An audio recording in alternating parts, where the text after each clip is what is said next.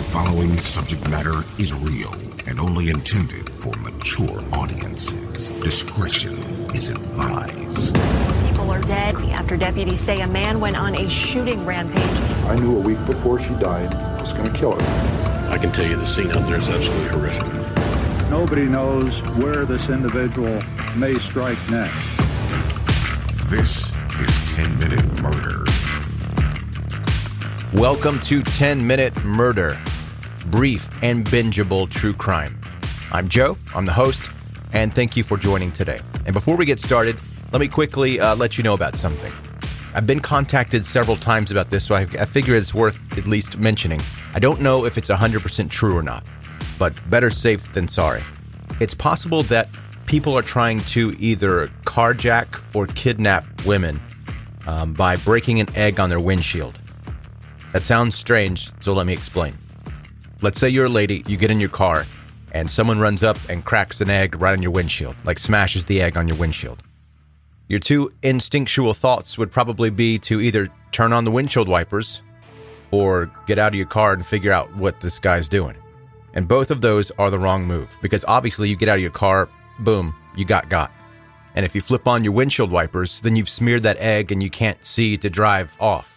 So the recommendation is to put that thing in drive and get out of there. Now, I'll be honest, it does sound a little bit urban legendy to me, like someone's just making some stuff up. But now you know, if someone does this to you, don't turn your windshield wipers on, and Lord have mercy, don't get out of your car. Look at me, delivering PSAs like some kind of concerned citizen. Is this how you get a key to the city? I've always wanted a key to the city. Today, we're going to be talking about another serial killer for spooky season. And this serial killer happens to be a non-male serial killer, which is highly unusual, which we will go into. According to the Journal of Forensic Psychiatry and Psychology, only around 16% of all serial killers are female. In fact, they're so rare that the man credited with coming up with the term serial killer, FBI profiler Robert K. Ressler, did not discuss female serial killers in his research. As he said in his 1992 book, Whoever Fights Monsters, there's been only one female that has, quote, been arrested and accused as a serial killer, Aileen Wuornos. And Aileen was not just an exception to the rule of serial killers being mostly white males in their 20s and 30s, but she also did not fit the typical characteristics of a female serial killer. Aileen killed outdoors instead of at home, she used a gun instead of poison, and killed strangers instead of friends or family. Still, in a letter to her friend Dawn, Aileen said that she never wanted to kill in the first place. So what drove her to take the lives of 7 men and eventually becoming a monster as we know her today?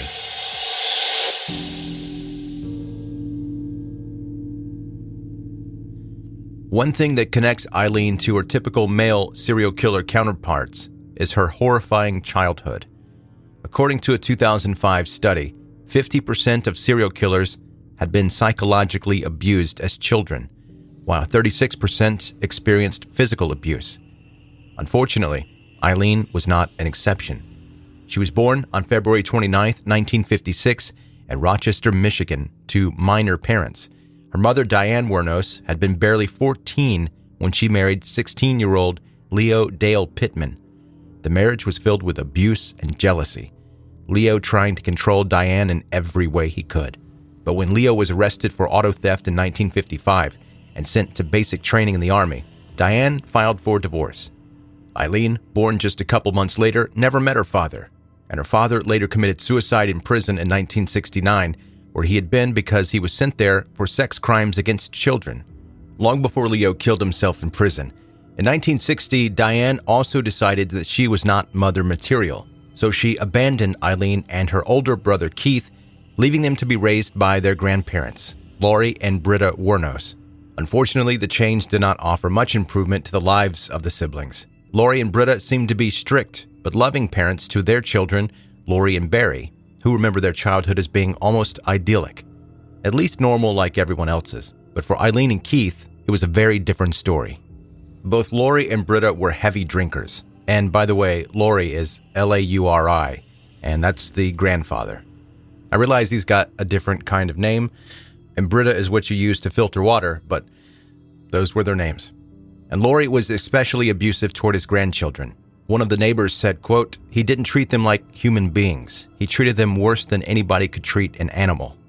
And she wasn't wrong. Aileen suffered frequent beatings from her grandfather and also later claimed that she was repeatedly raped by multiple family members. At the same time, Aileen was sexually abused by boys and men in her school and the neighborhood in return for cigarettes, booze, and food. And it's important to understand the difference here. In many sources, it is said that Aileen began engaging in sexual activities in trade for pocket change, like it was no big deal. But the truth is, she was a minor, only 11 when it all started. The Convention on the Rights of the Child's Protocol on the Child Prostitution emphasizes that even if apparent consent is given, the child is a victim of exploitation, and that Aileen was, at this point in her life, a victim. As a result of continuous sexual abuse, Aileen eventually became pregnant at the age of 14. The father was never identified, but most likely it was an older friend of Aileen's grandfather. Forced out of the home, Aileen gave birth in a home for unwed mothers in Detroit on March 23, 1971, and the child was put up for adoption. A few months after her son's birth, Aileen dropped out of school, and around the same time, her grandfather died of liver failure due to excessive drinking. And curiously, Britta's daughter Laurie maintained she knew nothing of her mother's drinking, and Diane, Aileen's mother, even suspected that her father was a murderer. So either Laurie proved to be an even more horrible person, or more likely, as it is in typical alcoholic families, nobody saw or accepted the truth. And for that reason, nobody got the help they desperately needed. They were a toxic family with secrets they never discussed. Aileen tried to live in the Wuornos family home for some time, but in the end, her grandfather kicked her out of the house. Now homeless and living in the woods, Aileen turned to illegal sex work and theft to support herself. By the age of 18, she had moved to burglary and more serious crimes, which also meant more severe consequences. On May 27, 1974, Aileen was jailed in Jefferson County, Colorado for disorderly conduct, drunk driving, and firing a .22 caliber pistol from a moving vehicle. That was definitely not the first or the last time Aileen got into trouble with local law enforcement.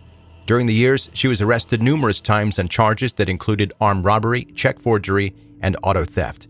However, she was never sent to prison for a long time, so Aileen was able to continue on her path of becoming a career criminal and eventually a murderer. There was one occasion when Aileen almost escaped her miserable life. In 1976, she hitchhiked from Colorado to Florida, where she met a wealthy 69-year-old yacht club president, Louis Fell. The two quickly got married, and Aileen moved in with her new husband. It could have been the beginning of a love story, a possibility for Aileen to leave her past behind and start over. But unfortunately, her habits had sunk in too deep. Aileen was a frequent visitor at their local bar, where she often got into fights. She also abused her own husband, even beating him with his cane. As a result, Louis eventually got a restraining order against Aileen, forcing her to return to Michigan. Their marriage was annulled after just 9 weeks. Not too long after, on July 17, 1976, Aileen's brother Keith died of esophageal cancer, leaving her with $10,000 in life insurance money. That money was used to pay a DUI fine and buy a luxury car, which Aileen crashed shortly afterward. Once again without money, Aileen returned to Florida, where she continued to do what she had done best, stealing and causing trouble. Eventually, Aileen was arrested for armed robbery. She was sentenced to prison on May 4, 1982, and released just a year later, on June 30, 1983. Aileen was arrested again in 1986 when one of her sex work customers told police she had pulled a gun on him in his car and demanded $200. The incident was the first warning sign of what was about to come. Then, after years of abuse and failed relationships with men, Aileen finally found what she described as, quote, love beyond imaginable. She met a woman named Tyra Moore, a hotel maid at a Daytona Beach lesbian bar. The two quickly moved in together, living off Wuornos' earnings as a prostitute. It seemed that Aileen was really head over heels for this woman, but in the end, it didn't take long for Tyra to flip on Aileen as soon as things went south. It all started when on July 4th, 1990, Aileen and Tyra abandoned a car after they were involved in an accident. The problem was that the vehicle belonged to one of Aileen's customers, Peter, who had gone missing.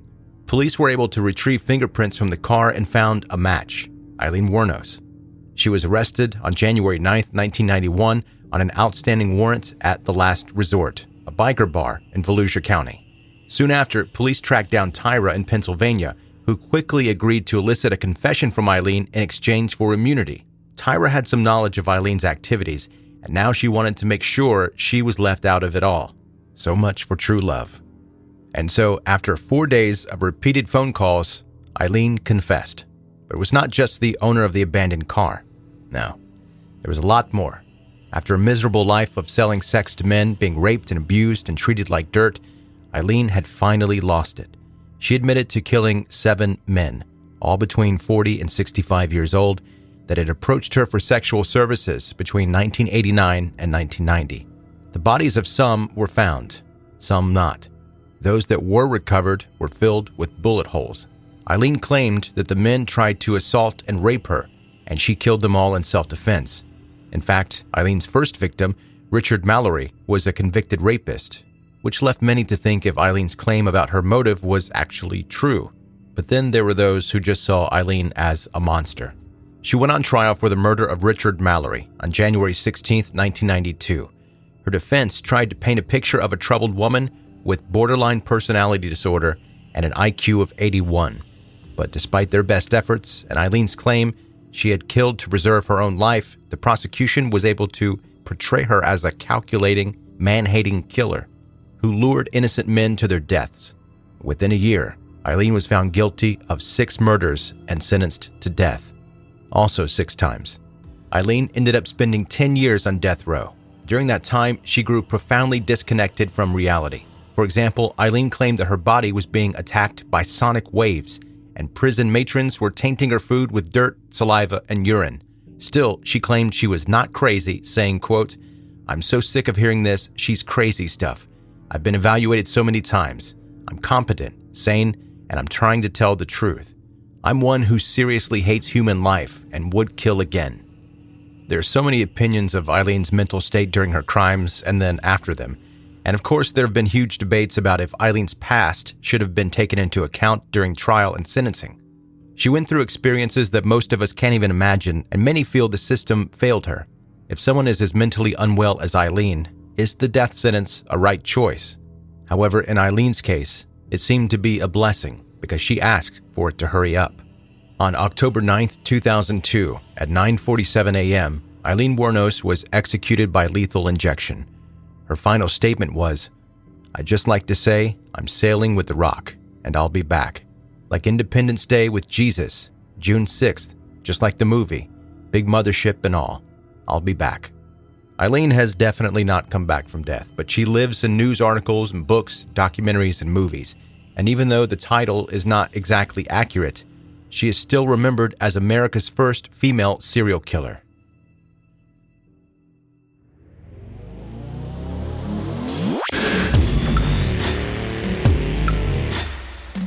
That's 10-Minute Murder for today. Brief and bingeable true crime. Thanks for joining, and I remember when that movie came out, Monster, with Charlize Theron. I remember when they announced it that she was going to play the role of Aileen Wuornos, and I thought, there's no way.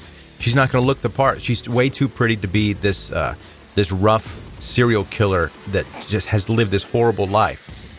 But she did. And she won an Academy Award for that, by the way. If you haven't seen the movie Monster, it's pretty good. It's definitely worth a watch during spooky season. Hey, if you are not subscribed to 10-Minute Murder, make sure you do that before this episode ends. Click the subscribe button wherever you're listening right now. It could say subscribe, it might say follow or collect or anything like that. Just click it, and when you do, you become a subscriber of 10-Minute Murder. It doesn't cost you anything.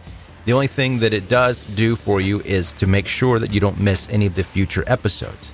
You don't have to go searching for it every time you want to listen to 10-Minute Murder because you're already subscribed. The episodes are going to be right there, and you're going to get them as soon as they come out.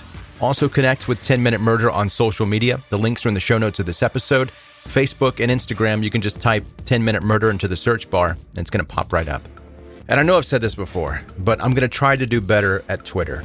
I just don't pay much attention to Twitter. I don't know why. I mean, it's a completely normal app to use. I just don't. It's like I've reached that threshold of all of the different social medias that I can handle, and Twitter didn't make the cut for a long time. But I'm trying. I'm trying to do some more stuff there. So follow on Twitter and help me out there. And lastly, one thing that I haven't mentioned in a while, but the way that this show grows is by you letting other people know about the show. And I've been so lucky with those of you that are listening to this show. You have been sharing the show with your friends and family and coworkers, anyone else that you think may be interested in brief and bingeable true crime. So the show has continued to grow, but I feel like I need to mention it every now and then just to make sure. You know what I mean? So if you know someone that is for sure into true crime, don't just spring it on them like, hey, you like killers? You got to warm them up somehow. But if they are into true crime, let them know about 10 Minute Murder. Thanks for listening. Have a good night.